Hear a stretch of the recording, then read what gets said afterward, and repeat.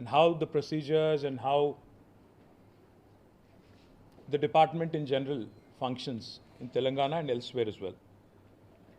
In Telangana, after December 2023, the new government, Congress government, has assumed office. Their important leader and the leader of opposition today in Parliament, in Lok Sabha, Shri Rahul Gandhi ji, keeps talking about crony capitalism, corruption, how today powerful people who are connected to more powerful people are able to abuse the proximity to power centers and get their way in terms of amassing wealth. Today I'm here to show you proofs of one such instance. This is one such instance. I'm going to come back to Delhi repeatedly and talk more and more about rampant corruption in Congress government in Telangana. The one instance I'm going to point out, about a month ago, I have written an elaborate letter to Shri Manohar Lal Khattar ji, who is the Urban Development Minister under whose department Amrut scheme currently functions. Now Amrut, as you all know, is a scheme that basically was launched by Government of India to facilitate creation of infrastructure, primarily water, sewerage, infrastructure, etc., in towns with population of more than 1 lakh. Amrut 2.0, under which in Telangana, tenders have been called in February this year, early this year. The tenders were called in about 8 packages. I have all the details here, but unfortunately these details you will not find in any of the websites in Government of Telangana. Government of Telangana has been basically keeping them all quiet. Even if you apply under RTI, you will not know कि किसको क्या tender मिला. इसीलिए थोड़ा मैं आप सबके सामने रखने की कोशिश कर रहा हूँ. एक पैकेज बुलाया गया था 1758 करोड़ का, दूसरा 1881 करोड़ का, तीसरा 1135, another one for 1270, and so on. Altogether 6 packages totaling 8,888 crore work have been called for in February this year. Now, why am I speaking in November if tenders were called in February? In fact, in Hyderabad, in the state of Telangana, we've been making this point very strongly. I have to point out to one company specifically. This is a company called Shodha Constructions. उसका directors का report भी मैं आपको दे दिया हूँ, copy एक देख लीजिएगा. ऑडिटेड रिपोर्ट है. 21-22 में इस कंपनी की नेट प्रॉफिट थी 2.2 crore. It's a very small company which has no qualification, no capital of sorts even to execute any kind of work. In 2021, this company's net profit was 3.5 crores. In 21-22, the net profit was 2.2 crore. I am sharing the document of the company from the audited report from the director's report. Now, this company belongs to the brother-in-law of Chief Minister Revant Reddy. Now, this brother-in-law's name is Srujan Reddy, and this company, Shodha Constructions, is an unknown entity as far as Telangana is concerned, as far as Andhra is concerned. With a net profit, let me remind you again, of only 2.2 crore. Now, magically, as soon as Revant Reddy becomes Chief Minister, this company magically starts getting a lot of attention, and the crony capitalism that Rahul ji keeps talking about. This is a classic example of that. I have written an elaborate letter to Shri Manohar Lal Khattar ji, which I have shared with all of you.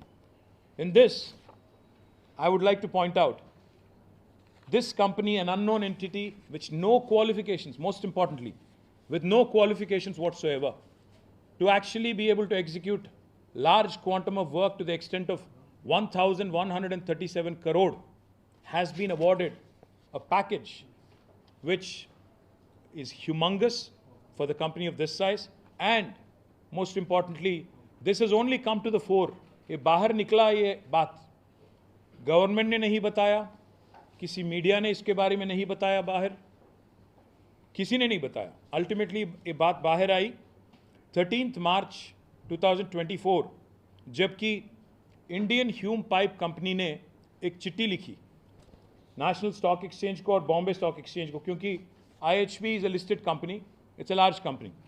IHP ने एक चिट्ठी लिखी कि हमने तेलंगाना की government ने जो tender बुलाई, इसमें एक जॉइंट वेंचर हमने बनाई AMR के साथ, शोधा कंस्ट्रक्शन के साथ, और हमें एक इसमें काम मिला 1137 crore. But here is the interesting part, JV बनाना गलत नहीं है, काम लेना गलत बात नहीं है। Here is the interesting part. Now in this very later IHP says the value of the work awarded is rupees 1137 crore excluding GST, and the share of the works executed by IHP is 20% only. मैं फिर से कहना चाहता हूं, 1137 करोड़ की काम मिलती है एक कंपनी को, छोटी कंपनी को, जिसका नेट प्रॉफिट लास्ट ईयर था 2 करोड़। उसको एग्जीक्यूट करने का मौका दिया जाता है, जॉइंट वेंचर बनाया जाता है। ये सब चीफ मिनिस्टर का खुद का डिपार्टमेंट है, पैसा गवर्नमेंट ऑफ इंडिया का है, डिपार्टमेंट चीफ मिनिस्टर का है, और ब्रदर इन लॉ है चीफ मिनिस्टर का, उसकी कंपनी है, और JV बनाया जाता है। 80% काम, 80% of the work is awarded because IHP is a great company, goodness of their heart. इतनी ज़्यादा उनकी बड़ी दिल है कि इतने बड़े कंपनी होने के नाते, उनके इतनी बड़े कंपनी होने के बावजूद उन्होंने ये तय किया कि सिर्फ और सिर्फ 20% काम वो करेंगे। मुझे तो शक है कि 20% भी वो नहीं करेंगे, वो भी अल्टीमेटली फिर रेवंत रेड्डी जी के ब्रदर इन लॉ को दिया जाएगा। इससे बड़ा क्रोनी कैपिटलिज्म का एग्जाम्पल कोई और नहीं हो सकता। इसीलिए मैं यहाँ पे आया हूँ और पूछना चाहता हूँ राहुल गांधी जी से, और BJP के लीडर और BJP के जो केंद्र मंत्री यहाँ पे हैं उनसे भी, कि भाई आप बात करते रहते हो क्रोनी कैपिटलिज्म की, करप्शन की, अब्यूज़ ऑफ इंस्टीट्यूशंस की, इससे बढ़कर क्या एग्जाम्पल मैं आपको दूँ। इसीलिए मैं कल शाम में हमारी पूरे टीम के साथ मनोहर लाल खट्टर जी से मैंने मुलाकात की। उनसे रिक्वेस्ट भी मैंने की कि आप इमीडिएटली सारे के सारे वर्क्स 8,888 करोड़ जो आपने टेंडर बुलाए, इसको आप बर्खास्त करें, पूरा रद्द करें, कैंसिल करें, और इसमें एक जांच, डिपार्टमेंटल इंक्वायरी हो, चाहे हो आप, you can refer it to CVC, whatever you deem is appropriate, please do it, because office of profit एक खतरनाक इंस्टीट्यूशन है। मैं आपको 1 मिनट में ऑफिस ऑफ प्रॉफिट भी बताना चाहता हूँ, इसमें क्या क्या हुआ इससे पहले मैं बताना चाहता हूँ। This is also a violation of article 191 sub clause 1 of the Indian constitution, because office of profit में आपको याद होगा हेमंत सोरेन जी पे केस हो गया ED का, आज केस चल रहा है। साथ ही साथ आज अमृत 2 में जो भी हुआ तेलंगाना में, it is not very different from what was alleged against Hemant Soren, it's very similar. Likewise, let me also remind you, in fact, some very powerful people have been disqualified under this article 191 subclause 1. Shrimati Sonia Gandhi ji, आपको याद होगा 2004 या 5 UPA 1 में national advisory council की chairman भी थी और साथ ही साथ MP भी थी, और जब एक केस फाइल हुआ उन पे और पिटिशन आया उन पे कि ऑफिस ऑफ प्रॉफिट के अंदर you can't hold 2 positions, she had to relinquish 1 post. Likewise, let me also remind you, there are a number of cases which I have detailed in the letter that I've just furnished a copy, of which I have furnished a copy to you. I can quote number of instances. There is a serious breach of office of profit clause in constitution. There is also a serious conflict of interest. जब सीधा chief minister के भाई साहब को आप काम दे देते हो और जिनकी कंपनी का कोई क्वालिफिकेशन नहीं, कोई नाम तक नहीं, इससे पहले उन्होंने कभी कोई काम तक नहीं किया, ऐसी कंपनी को आप दे देते हो। इसीलिए मैं पूछना चाहता हूं आज प्रधानमंत्री जी से कि मैंने सुना आपकी भाषण महाराष्ट्र में, आप कह रहे थे कि तेलंगाना ATM बन गया कांग्रेस के लिए। हाँ, मैं मानता हूं, हम सहमत हैं कि तेलंगाना एटीएम बन गया राहुल गांधी जी के लिए और कांग्रेस पार्टी के लिए, पर आप क्या कर रहे हो? हम जब यहाँ पे आपको आधार सहित आपको दे रहे हैं, फैक्ट्स के साथ, एविडेंस के साथ, आपके गवर्नमेंट को हम शिकायत करके बता रहे हैं कि गलती हो रही है और ये भी अमृत स्कीम है जो गवर्नमेंट ऑफ इंडिया का पैसा है, तो आपकी गवर्नमेंट क्या कर रही है? प्रधानमंत्री जी, आप कहते हो आरआर टैक्स वसूल होता है तेलंगाना में। आरआर टैक्स मतलब राहुल रेवंत टैक्स। ये मेरी बात नहीं है, मेरी नॉमेनक्लेचर नहीं है, मैं सिर्फ और सिर्फ प्रधानमंत्री को कोट कर रहा हूं। प्रधानमंत्री जी कह रहे थे पार्लियामेंट इलेक्शन के दौरान कि आरआर टैक्स वसूल होता है। मैं पूछना चाहता हूं प्रधानमंत्री जी से, जब आपको पता है कि ऐसी एक इलीगल टैक्स कांग्रेस पार्टी की एटीएम तेलंगाना से आज जोरों शोर से चल रहा है, ऐसे काम, गलत काम, तो आप क्यों नहीं, आपकी गवर्नमेंट एक्शन लेती है? और साथ ही साथ मैं ये भी पूछना चाहता हूं कि मनोहर लाल खट्टर जी और उनकी डिपार्टमेंट और यहाँ की government of India, will you or will you not act on the Amrit scam in Telangana? This will be a litmus test for BJP leadership in Delhi. आप जो भी कहते हो, इस बात में अगर आप विश्वास रखते हो कि कांग्रेस ने एटीएम बना लिया तेलंगाना को और बहुत ऐसे ही चीज़ आरआर टैक्स, अगर इस बात में सच्चाई है कि आप मानते हो इसमें सच्चाई है, तो आप तहकीकात शुरू करो, जांच शुरू करो, कैंसिल करो, रद्द करो जो अमृत में 8,888 करोड़ का वर्क बुलाया गया, जिसमें ब्रदर इन लॉ को तो 1,000 से ज़्यादा करोड़ का वर्क दिया, बाकी लोगों को भी, उसमें तेलंगाना का एक मंत्री को भी काम दिया गया। तेलंगाना का रेवेन्यू मिनिस्टर है श्रीनिवास रेड्डी, उसके कंपनी को भी काम मिला इसमें अमृत में। तो मैं पूछना चाहता हूं, जो आदमी कैबिनेट में बैठता है, जो आदमी अल्टीमेटली टेंडर सैंक्शन करता है, जो इंस्टीट्यूशन टेंडर सैंक्शन करती है, अगर उनके घर वालों को आप काम देने लगते हो, ये कॉन्फ्लिक्ट ऑफ इंटरेस्ट नहीं है क्या? ये ब्रीच ऑफ आर्टिकल 191 नहीं है क्या? Office of profit clause attract नहीं होता है क्या? ये रैम्पेंट करप्शन नहीं है क्या? ये क्रोनी कैपिटलिज्म नहीं है क्या? अगर इस बात में सच्चाई नहीं है तो बीजेपी बता दे देश को कि इसमें कोई गलती हुआ ही नहीं और कांग्रेस ने सही किया जो किया। अगर इस बात में सच्चाई है तो जांच शुरू करो और जिन जिन पे एक्शन लेना है एक्शन लो और दुनिया को बता दो कि you mean business, whatever you say you stand by it.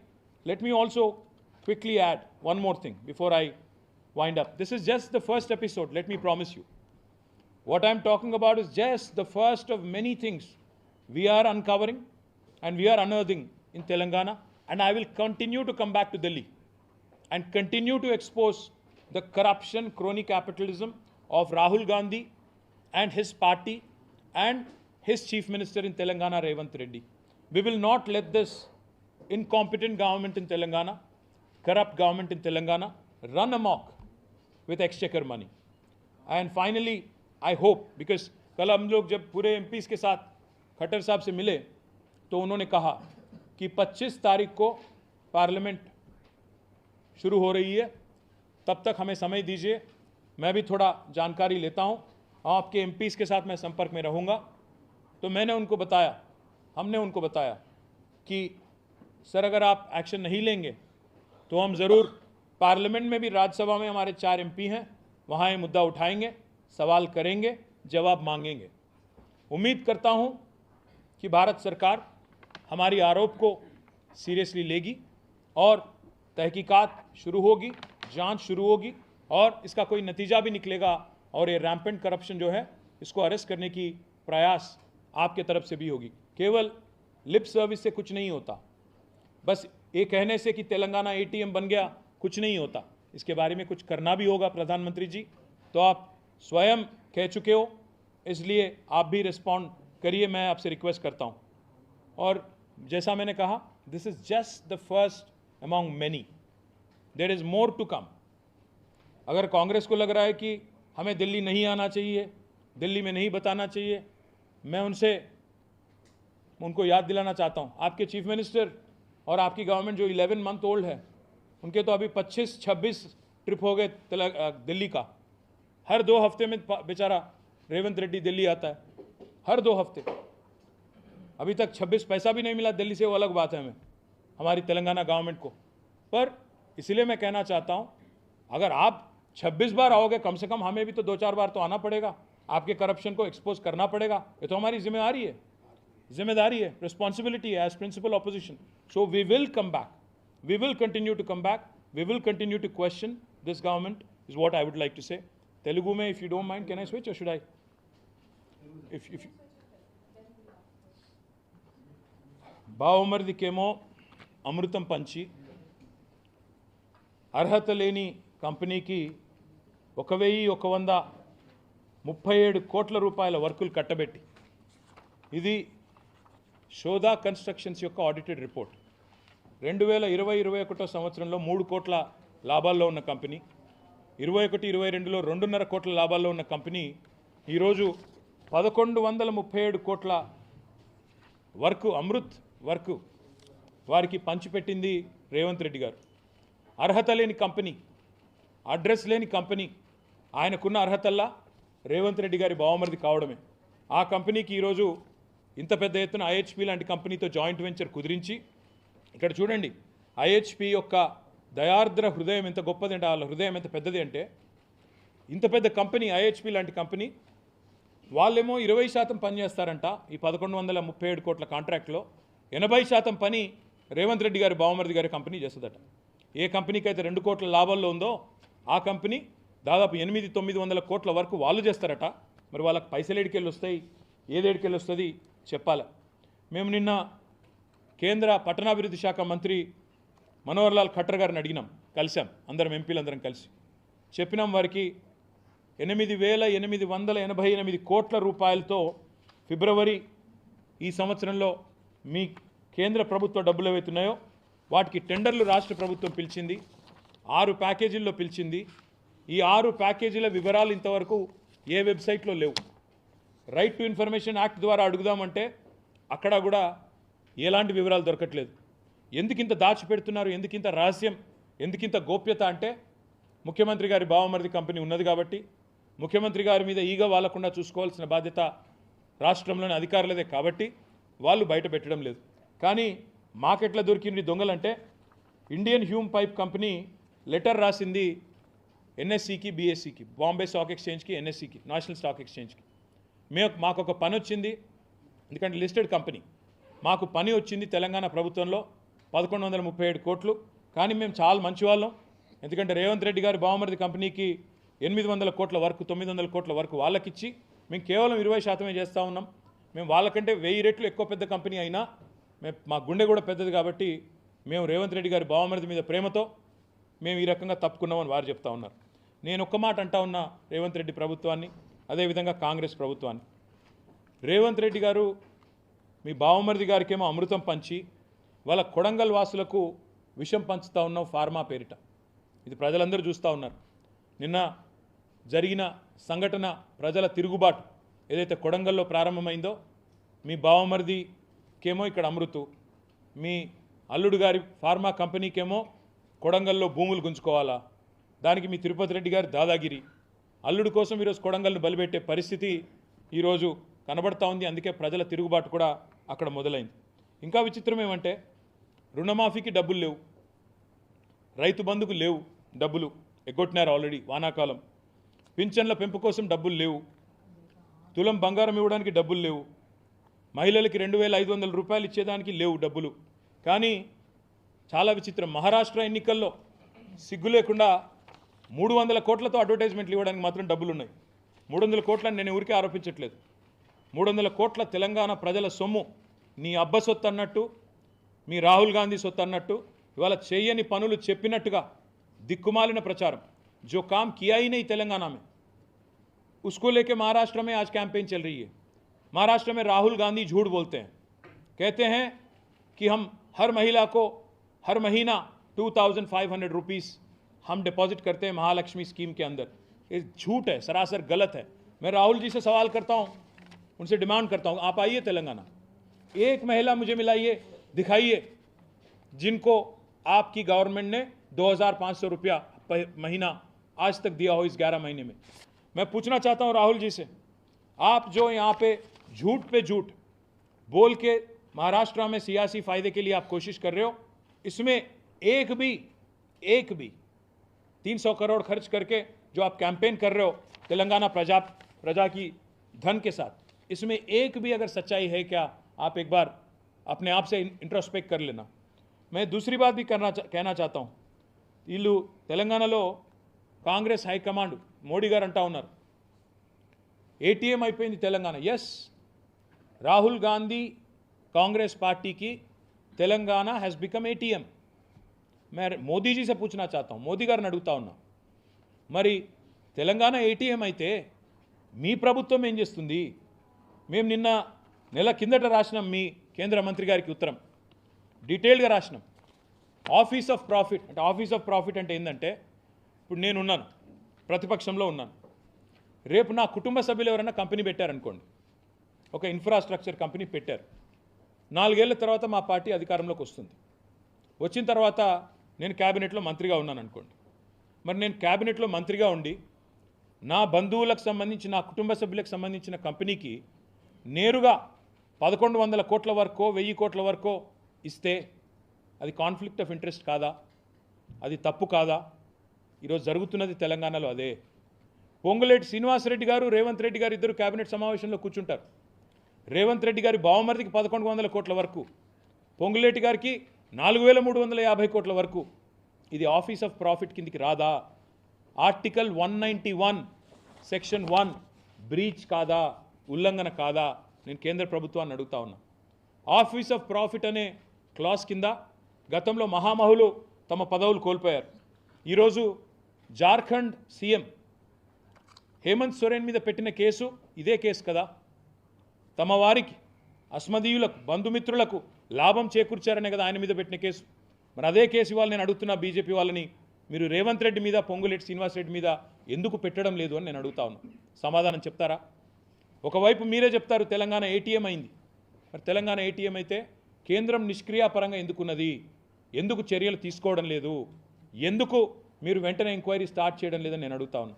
చివరిగా నేను గుర్తు చేసేది, ఆఫీస్ ఆఫ్ ప్రాఫిట్ కింద చాలామంది ఉద్యోగాలు పోయినాయి, సోనియా గాంధీ గారు పదవి వదులుకోవాల్సి వచ్చింది, అశోక్ చవాన్ గారు పదవి వదులుకోవాల్సి వచ్చింది, రేవంత్ రెడ్డి గారు కూడా పదవి వదులుకోక తప్పదు, పొంగులేటి శ్రీనివాసరెడ్డి కూడా పదవి పోక తప్పదు।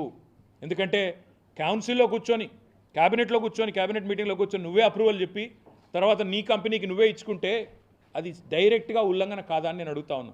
అందుకే నేను ఈ బడా కాంట్రాక్టర్లు నడుపుతున్న ఈ ప్రభుత్వం ఏదైతే ఉందో వారికి నేను ఒకటే చెప్తా ఉన్నా, మీరు అడుగుతున్నారు నిన్న పొంగులేటి గారు మీకేం పని ఢిల్లీలో అంటున్నాడు, అంటే ఢిల్లీకి వచ్చి 26 సార్లు 26 పైసలు దేని అసమర్థుల కంటే ప్రధాన ప్రతిపక్షంగా మేము ఢిల్లీకి వస్తాం, ఇక్కడ ఉన్న కేంద్ర ప్రభుత్వాన్ని, ఇక్కడ ఉన్న కేంద్రంలోని అధికారుల్ని, కేంద్రంలోని సంస్థల్ని, ప్రెస్ని కలుస్తాం, దేశ ప్రజల దృష్టికి మీ మోసాన్ని తీసుకొస్తాం। మీకెందుకు భయం అవుతుంది మేము ఢిల్లీకి వస్తే, మీకెందుకు ఇబ్బంది అవుతుందని నేను అడుగుతా ఉన్నా। ఇంకొక మాట కూడా నేను విజ్ఞప్తి చేస్తా ఉన్నా, मैं रिक्वेस्ट करना चाहता हूँ इलेक्शन कमीशन ऑफ इंडिया को भी कि आप महाराष्ट्र और तेलंगाना की जो बॉर्डर एरिया है इसमें आप भी और चेक पोस्ट लगाओ, क्योंकि आज तेलंगाना एटीएम बन गया कांग्रेस के लिए। महाराष्ट्र के इलेक्शन में काफ़ी सारा पैसा आज तेलंगाना से वहाँ तक महाराष्ट्र तक बह रहा है, అక్కడ దాకా వరద బారుతా ఉంది ఇవాళ డబ్బులది, ఖచ్చితంగా వాళ్ళు కూడా పరిశీలించాలి ఎలక్షన్ కమిషన్ కూడా నేను డిమాండ్ చేస్తా ఉన్నా। ఇంకొక మాట కూడా నేను చివరిగా చెప్తా ఉన్నా, ప్రభుత్వ వైఫల్యాలను మేము చీల్చి చెండాడుతుంటే, వీళ్ళ స్కామ్లు ఒకటి తర్వాత ఒకటి బయట పెడుతుంటే వీళ్ళకు దడబట్టుకుంది। సివిల్ సప్లై స్కామ్ ఉంది, నెక్స్ట్ పొంగులేటి శ్రీనివాసరెడ్డి గారి కంపెనీకి సంబంధించిన లీలలు నెక్స్ట్ వస్తాయి, అన్నిటికీ ఢిల్లీకి వస్తాము, బరాబర్ వస్తాము, ఢిల్లీలో తప్పకుండా ఇక్కడ విచారణ సంస్థలను కలుస్తాం, 100% మీ భరతం పడతామని చెప్పి కూడా నేను విజ్ఞప్తి చేస్తా ఉన్నా। ఇంకొక మాట కూడా నేను చెప్పి నేను ముగిస్తాను, ఇవాళ వసూళ్ళు బెదిరింపులు రాష్ట్రంలో నిరాటంకంగా సాగుతున్నాయి రేవంత్ రెడ్డి వచ్చినాక, ఇది నేనన్న మాట కాదు, స్వయంగా భారత ప్రధానమంత్రి నరేంద్ర మోడీ గారు ఆర్ఆర్ ట్యాక్స్ వసూలవుతున్న తెలంగాణలో అని చెప్పారు।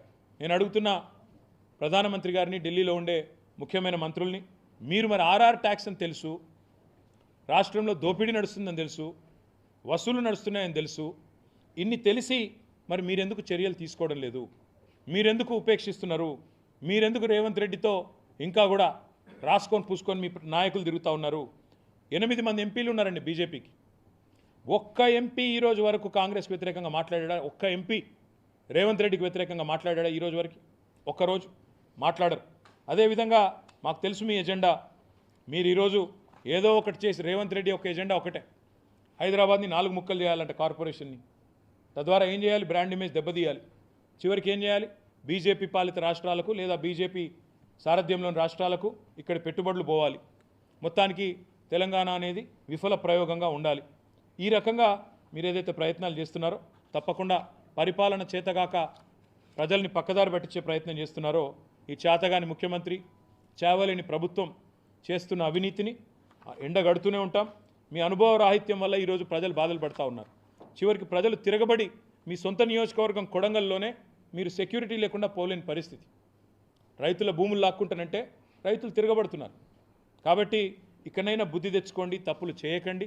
మీ అమృత్ స్కామ్ను, మీ సివిల్ సప్లై స్కామ్ను, మీ రెవెన్యూ మినిస్టర్ గారి స్కామ్లను ఒకటి తర్వాత ఒకటిగా ధారావాహికగా సీరియల్ ఎట్లయితే వస్తాయో ఎపిసోడ్ తర్వాత ఎపిసోడ్ బయట పెడుతూనే ఉంటాం. ఢిల్లీకి వస్తూనే ఉంటాం.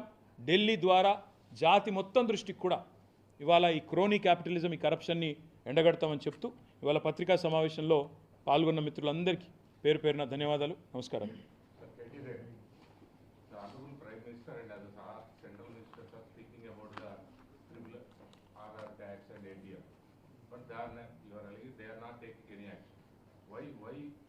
Why this thing happen? Are you suspecting anything behind Ravindra Reddy and BJP leadership? Something is happening. See, I am not in Delhi. Unfortunately, I am not privy to what happens in Delhi.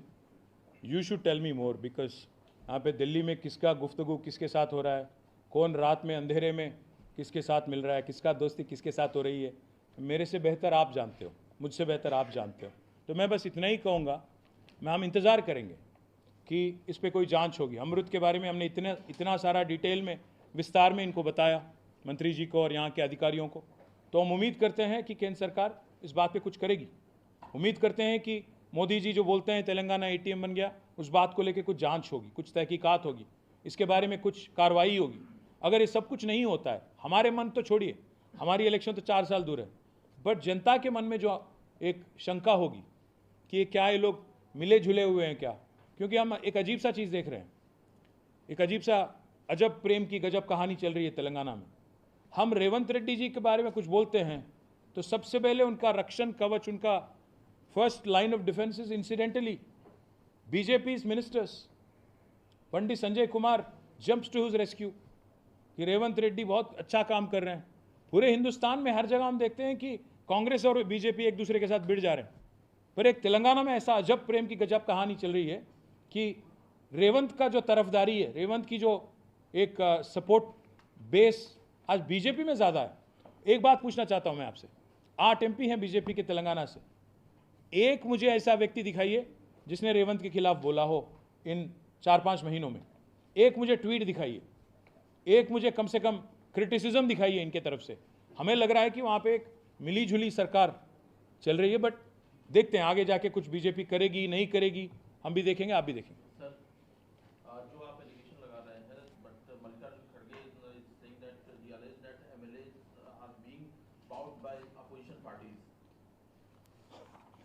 Well, I saw the statement. He said purchasing MLAs like goats. मैं तो कहता हूँ सबसे बड़ा गोट purchaser अगर कोई है तेलंगाना में वो तो कांग्रेस है. I welcome Kharge ji to come to the goat mandi in Telangana. आइए आप वहाँ की गोट मंडी में देखिए. आज हमारे 10 BRS MLAs को आपकी पार्टी ले जाती है, आपके चीफ मिनिस्टर उनके घर घर जाके उनको एक स्कार्फ पहनाते हैं कांग्रेस की. मैं इसीलिए गोट मंडी में जो 10 MLA हैं उनसे पूछना चाहता हूँ, भाई आप लोग मीडिया के सामने आओ, बताओ आप कौन से पार्टी में हो, ये तो बताओ कम से कम. क्यों शर्माते हो? कोई एक MLA को कहता है कि मैं तो BRS में ही हूँ, क्योंकि उसको पद नहीं छोड़ना है, उसको डिस्क्वालीफाई नहीं होना है. तो मैं खारगे जी से बस इतना ही कहूँगा, सबसे बड़ा गोट परचेजर हिंदुस्तान की तारीख में अगर कोई है, हिस्ट्री में कोई है, तो वो है कांग्रेस. आयाराम गयाराम कल्चर इस देश में लाने वाली पार्टी गोट मंडी. गोट माने एक डेफिनेशन भी है boss, greatest of all time. मैं एक गोट तो आपको जानते हो, दूसरा गोट है GOAT. तो goat of goat purchasers is Congress.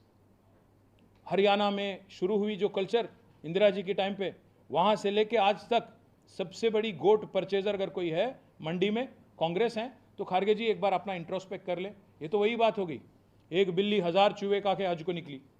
हर किसी को खरीदने वाली पार्टी, हर किसी को गायब करने की कोशिश करने वाली पार्टी, आज फिर एक बार ऐसी बात अगर करें तो बहुत लोग हंसेंगे यार। Anybody else? So you have also said that the company lacks the disqualification as far as the tenders are concerned. The company which has given thousands of crores of tenders, they lack the necessary qualification. What sort of qualification that company doesn't have? Can you just explain? Yes, brother. In fact, they have never ever done any work which is more than 150-200 crores.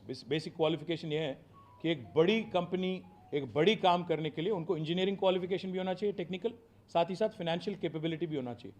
उनके पास दोनों भी नहीं, क्योंकि उनकी अगर आप report, खुद की रिपोर्ट देखेंगे, उनका पूरा नेट प्रॉफिट है 2021 का 2.2 करोड़। सो ऐसी कंपनी जिसके पास ना कोई टेक्निकल क्वालिफिकेशन है, ना कोई फाइनेंशियल कैपेबिलिटी है, उनको ज़बरदस्ती किसी के साथ जेवी बना के, क्योंकि वो चीफ मिनिस्टर के करीबी रिश्तेदार है, ज़बरदस्ती बना के, और उस कंपनी से भी ज़बरदस्ती, बड़ी कंपनी है वो 20% काम करेगी, छोटी कंपनी जिसके पास 2 करोड़ टैक्स है, सॉरी प्रॉफिट है, वो 80% करेगी।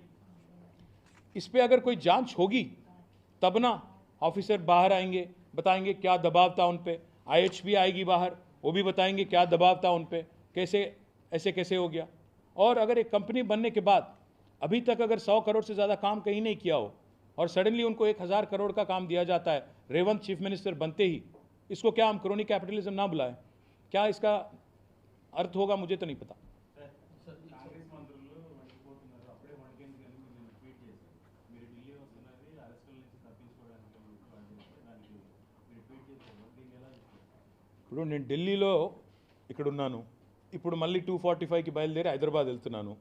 వాళ్ళు నన్ను ఏమైనా చేయదలుచుకుంటే నిరభ్యంతరంగా చేయొచ్చు. నా మీద ఏ ఎంక్వైరీ చేసుకుంటానన్నా, నా మీద ఏ కేసు పెట్టుకుంటానన్నా, ఎన్ని ఏజెన్సీల్ని పంపిస్తానన్నా నాకు ఎలాంటి అభ్యంతరం లేదు. నేను పొంగులేటి శ్రీనివాసరెడ్డి గారిని అడుగుతా ఉన్నా, మీరు సరిగ్గా 2-3 వారాల కిందట అదానీ గారితో కోహినూర్ హోటల్లో రహస్యంగా సమావేశమై ఆయన కాళ్ళు పట్టుకున్నారా లేదా? మీ మీద ఈడీ రైడ్స్ జరిగి 5 వారాలైంది. आपको नेशनल मीडिया को भी ये जान के ताजुब होगी एक बात, 5 हफ्ते पहले तेलंगाना में एक बहुत बड़ा रेड हुआ ईडी का, वहाँ की रेवेन्यू मिनिस्टर पे। 5 हफ्ते हो गए, आज तक न ईडी एक लफ्ज़ कहती है, न रेवेन्यू मिनिस्टर एक बात कहते हैं। और मीडिया तो उस दिन ब्रेकिंग लगा रही थी, मैंने देखा कि काउंटिंग मशीन जा रहे हैं अंदर, क्योंकि पैसा इतना बरामद हुआ कि वहाँ पे काउंटिंग करने के लिए 2-2 मशीन की ज़रूरत पड़ी। तो आज तक 5 हफ्ते तक एक कांग्रेस की रेवेन्यू मिनिस्टर तेलंगाना में, उनके घर पे ईडी छापा मारती है, ना ईडी एक ट्वीट करती है, ना ईडी एक स्टेटमेंट देती है, ना ईडी कम से कम एक लीक देती है। लीक में तो वो माहिर है, पूरे बाकी लोगों से पहले मीडिया को खबर पहुंच जाती है। न लीक, न रिपोर्ट, न स्टेटमेंट, न ट्वीट। और मिनिस्टर साहब भी एकदम खामोश, वो भी कुछ नहीं बोलते हैं। फिर सडनली अदानी जी आते हैं हैदराबाद। अदानी जी आते ही एक सीक्रेट मीटिंग होती है आईटीसी कोहिनूर होटल में, प्रेसिडेंशियल स्वीट में। फिर बाद में खामोशी हर तरफ, डेफनिंग साइलेंस, कोई नहीं कुछ बोलता। इसलिए मैं कह रहा हूँ इस सब चीज़ों की जानकारी हमारे पास है। मैं आज नहीं बोलना चाह रहा था क्योंकि आपके लिए और एक अच्छी स्टोरी बनती, पर आपने ज़बरदस्ती बुलवा दिया। गौतम अदानी जी के साथ आपको 4-4 घंटे गुफ्तगू करने की क्या ज़रूरत पड़ी? रेवेन्यू मिनिस्टर साहब आप बताओ, I am ready for any inquiry, I am willing to face any probe, whatever you want, whatever agency you want to send, call Trump and send FBI, I don't mind. All I am saying is minister come forward, you also face an inquiry, and I'm not making this conditional. You do what you want on me, but you answer questions. आपके घर पे जो ED ride हुआ ఏమన్నా ఏడబోయింది ఆయన? ఎందుకు మాట్లాడట్లేదు? నీ కంపెనీ గురించి మాట్లాడితే నీకు ఇంత దడ ఎందుకు? ఇంకోటి, నువ్వు క్యాబినెట్లో కూర్చుంటావు, నీ కంపెనీకి, నీ కొడుకు కంపెనీకి వర్కులు ఇస్తే అది నిజాయితీ ఎట్లా అవుతుంది? మంత్రి గారు చెప్పండి మీరు. నా కంపెనీ పాతది అని నువ్వు అనొచ్చు, అప్పుడు నువ్వు మంత్రి కాదు, నువ్వు ఎంపీ. అప్పుడు ఎంపీ ఉన్నవాడు చేసుకోవచ్చు, కానీ ఏ మంత్రి అయితే క్యాబినెట్లో వర్కులకు ఆమోదం తెలుపుతారో అదే మంత్రి గారి కంపెనీకి వర్కులు ఇస్తే, రేపు ఈరోజు నేను కంపెనీ పెడతాను నా బంధుమిత్రులతో, 4 ఏళ్ల తర్వాత నేను మంత్రి అయిన తర్వాత మళ్ళీ ఆ కంపెనీకి 10,000 కోట్ల వర్క్ ఇస్తాను, అది కరెక్ట్ అవుతుందా? రెవెన్యూ మంత్రి గారిని చెప్పానండి సమాధానం. L&T లాంటి కంపెనీని, NCC లాంటి కంపెనీని డిస్క్వాలిఫై చేస్తారు కొడంగల్ లిఫ్ట్ ఇరిగేషన్లో. రాఘవ కన్స్ట్రక్షన్స్ అనేది L&T కంటే NCC కంటే బెటర్ కంపెనీ అంటారు రేవంత్ రెడ్డి గారి ప్రకారం. మరి చెప్పాలి పొంగులేటి గారు అన్నిటికీ సమాధానం. రాష్ట్రంలో ఎంత జరుగుతుందని చెప్తున్నారు అవినీతి అవి అని. గత మాజీ సీఎం కేసీఆర్ మాత్రం ఇప్పటికీ లేరు, ప్రజలు కూడా ఆయన మర్చిపోయారని నిన్న సీఎం కామెంట్ చేశారు. దాని మీద ఎట్లా చూస్తారు? పాపం రేవంత్ రెడ్డి గారికి ఒక్క పూట కూడా గడవదు. కేసీఆర్ గారిని తలుచుకోకుండా, కేసీఆర్ గురించి మాట్లాడకుండా, కేసీఆర్ తిట్టకుండా ఒక్క రోజున గడిపినాడా పాపం? రెస్ట్లెస్గా ఉన్నాడు మనిషి 11 months నుంచి. కేసీఆర్ను మర్చిపోతే నువ్వెందుకు యాద్ చేసుకుంటున్నావు? మరి నీకెందుకు బాధ? కేసీఆర్ను మర్చిపోతే ప్రజలు నిజంగానే నువ్వు అన్నట్టు నీకెందుకు బాధ? మంచిదే కదా, నీకే మంచిది కదా. కేసీఆర్ని తలుచుకొని ఒక్క రోజు ఉందా బ్రదర్? రేవంత్ రెడ్డి ఒక్క స్పీచ్ చూపెట్టు. కేసీఆర్ పేరు చెప్పకుండా మాట్లాడిన ఒక్క స్పీచ్ చూపెడతావా ఈ 11 నెలల్లో? I'll go here థోడా Mera sir. Last విజిట్లో దేశ రాజధానిలో బీజేపీ కాంగ్రెస్ వ్యతిరేకంగా ఆందోళనకు సిద్ధమవుతాము, రాజకీయ ఆందోళన చేస్తాము. అది ఈసారి స్టార్ట్ అవుతుందా? పొద్దుంది పొలం ఉంది బ్రదర్, ఇంకా 4 ఏళ్ళు ఉంది. 4 ఏళ్ళు ఉంది, చేద్దాం. మాకు కూడా తొందరపడితే మీరు తొందరపడ్డాం అంటారు. ఎందుకంటే ప్రభుత్వం వచ్చి ఇంకా సంవత్సరం గడవలేదని మీరే అంటారు. అందుకే మేము కూడా December 8 దాకా చాలా ఓపికగా చూస్తున్నాం. December 8 లోపల, ఎందుకంటే 100 రోజులు చేస్తా అన్న వాళ్ళు కనీసం 365 రోజులనన్నా వాళ్ళ వాదాలు నిలబెట్టుకుంటారా లేదా అన్నీ చూస్తున్నాం. అటు అసెంబ్లీ ఉంది, ఇటు పార్లమెంట్ ఉంది, ప్రజాక్షేత్రం ఉంది, కోర్టులు ఉన్నాయి, ఇన్వెస్టిగేటివ్ ఏజెన్సీలు ఉన్నాయి, అన్నిట్లో ఎండగడతాం.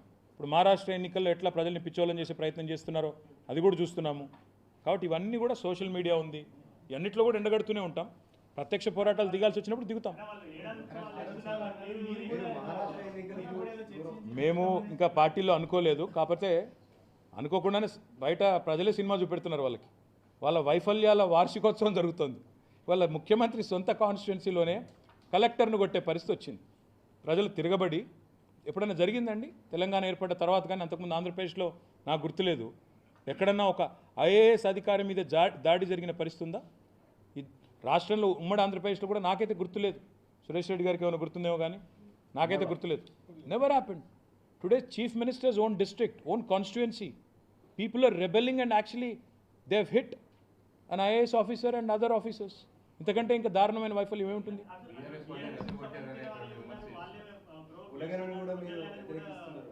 మీరు ఇక్కడ చూడండి, ఇక్కడ విచిత్రం ఏంటంటే, నాకు ఇప్పుడు వచ్చేటప్పుడే మా నాయకులు ఫోన్ చేశారు, కొంతమందిని అరెస్ట్ చేసినారు అర్ధరాత్రి వచ్చి అని. ఒకవైపు కలెక్టర్ ఏమో నా మీద దాడి జరగలేదంటున్నాడు. కలెక్టర్ నా మీద దాడి జరగలేదంటున్నాడు. మరి అరెస్టులు ఎందుకు చేస్తున్నారు? ఇంకా నేను దాడి చేయించింది ఎక్కడిది? ఆయన దాడి జరగలేదని కలెక్టర్ చెప్తుంటే దాడి చేయించింది ఎక్కడిది? ఇంకా ఆరోపణ ఎక్కడిది? అర్ధరహితం కదా. మీరేమంటారు? కులగణనను వ్యతిరేకించడం లేదు మేము.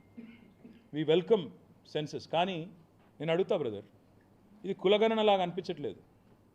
75 क्वेश्चंस कास्ट सेंसस के नाम पे आज महाराष्ट्र में कुछ पॉलिटिकल एडवांटेज लेने की कोशिश कांग्रेस कर रही है. पेगासस द्वारा समाचाరం లాగేస్తుండే మీ ఫోన్లోకి వెళ్ళి. This is manual Pegasus. నాకు తెలియక అడుగుతా బ్రదర్, కాస్ట్ సెన్సస్లో ఇప్పుడు మీ కులం ఏందో అడగాల, మీ రిలీజన్ ఏంటో అడగాల, ఉపకులం ఉంటే ఉపకులం అడగాల.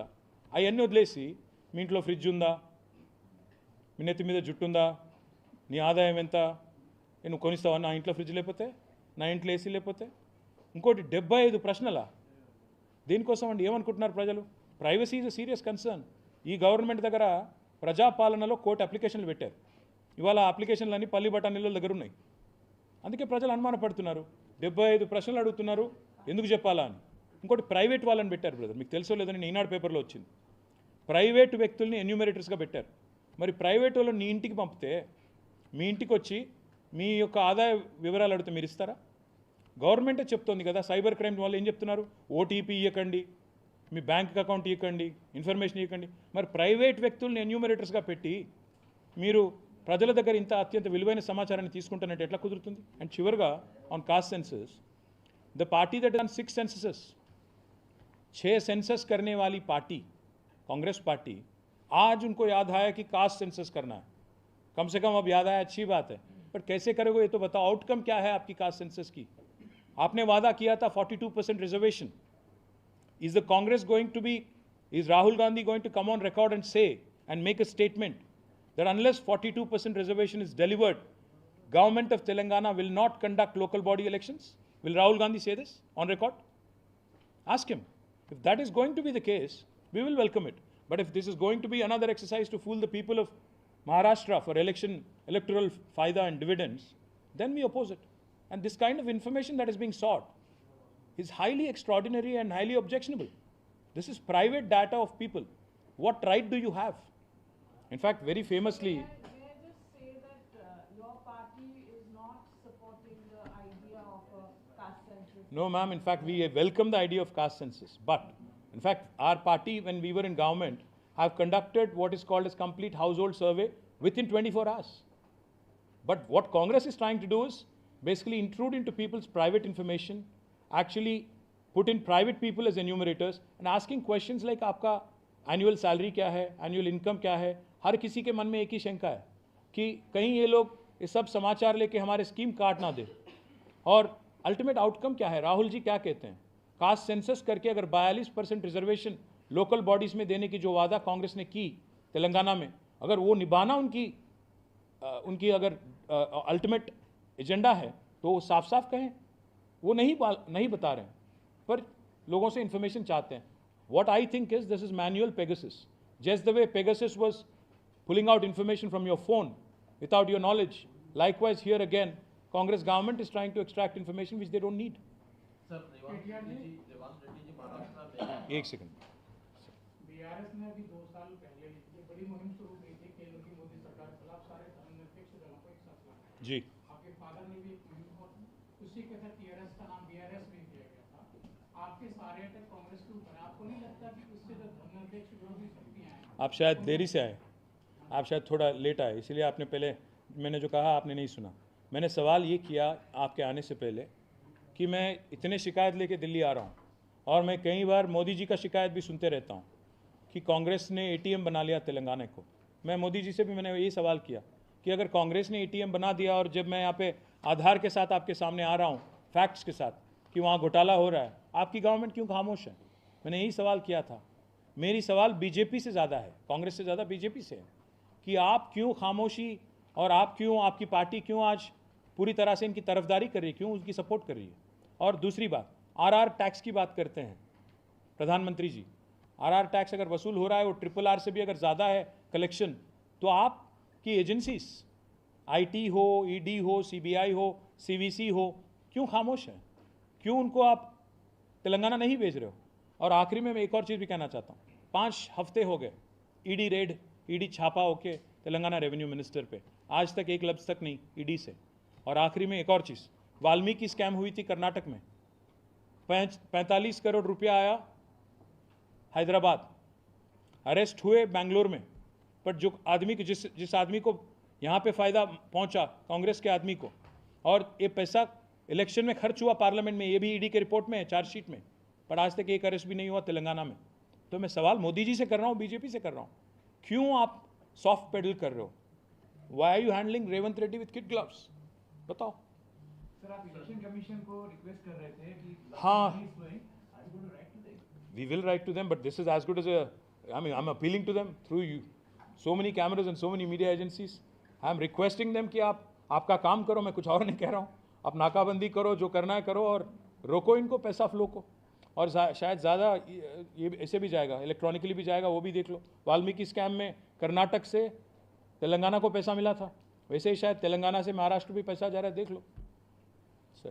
सर महाराष्ट्र चुनाव में रेवांत रेड्डी जी कैंपेन कर रहे हैं, इलेक्शन कैंपेन, उसमें उनका क्लेम है कि उनकी सरकार ने फार्मर्स लोन वेवर जो है वो पूरी तरह से इम्प्लीमेंट किया, साथ ही जो गारंटी उन्होंने दी थी वो सब कुछ इम्प्लीमेंट हो रहा है.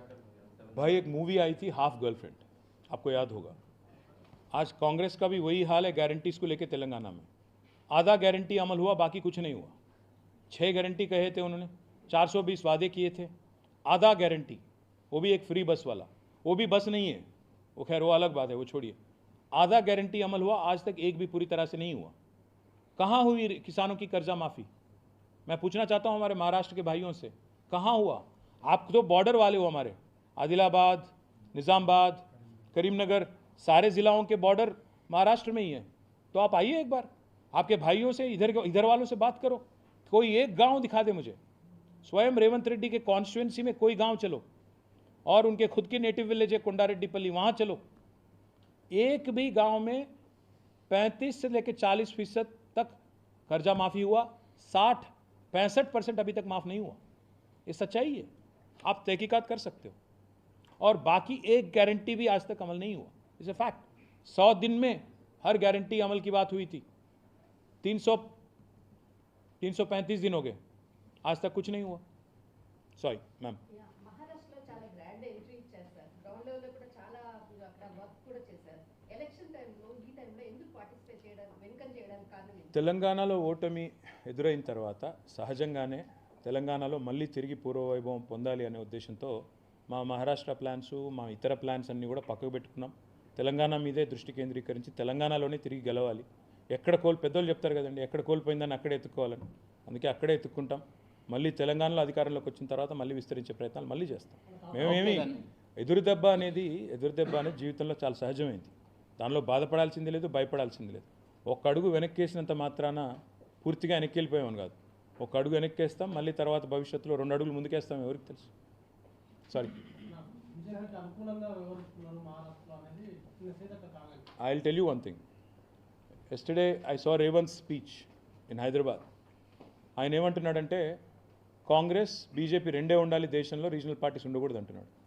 నేను today I request people of Maharashtra, please don't vote for Congress, please don't vote for BJP, vote for regional parties, strengthen regional parties, strengthen NCP, strengthen Shiv Sena, दोनों फैक्शन. मुझे एक से फिर आप कहोगे कि आप इधर हो. रीजनल पार्टीज को स्ट्रेंथन करो. इस देश में अगर आप देखोगे, अगर जनरल इलेक्शन भी ले लो, कांग्रेस में कहाँ है काबिलियत बीजेपी को रोकने की. अगर किसी ने रोका उत्तर प्रदेश में बीजेपी को तो वो समाजवादी पार्टी थी, कांग्रेस ने तो कुछ किया ही नहीं. वेस्ट बंगाल में ममता दीदी ने रोका. तो ultimately it is the strong regional leaders that are able to resist BJP and hold them, and not Congress. So taking clue from this, recently there's an issue of delimitation of constituencies is proposed in 2026. Southern states और सारी regional जो states हैं, क्योंकि population is going to be the basis, तो उसको लेकर काफी resistance है. Sir, what is your party's? Sir, southern states should not be punished for successful family planning. Southern states should not be punished for successful family planning in the interest of the nation. Because Government of India had prescribed through Family Planning Association of India कि हर किसी को हम दो हमारे दो नारा, आपको याद होगा. आज अगर हम दो हमारे दो नारे को, आज अलग हो गया ना वो नारा, बाकी दूसरों के लिए इस्तेमाल होता है वो वाला नारा. तो मैं कह रहा था कि आपको 1 मिनट के लिए सोचना चाहिए. जिन राज्यों ने हम दो हमारे दो नारा को सीरियसली लिया, पॉपुलेशन कंट्रोल किया, उनको अगर आज आप डिसइंसेंटिवाइज करोगे और पनिश करोगे तो आगे जाके कोई गवर्नमेंट ऑफ इंडिया का बात सुनेगा नहीं, फॉलो नहीं करेगा ना. हम तो रिक्वेस्ट करेंगे गवर्नमेंट ऑफ इंडिया को कि don't do the misadventure of cutting down parliament seats in south. If you do that you are literally sitting on powder keg. Do not do that misadventure. That would be very, very dangerous for the country as well. Thank you all.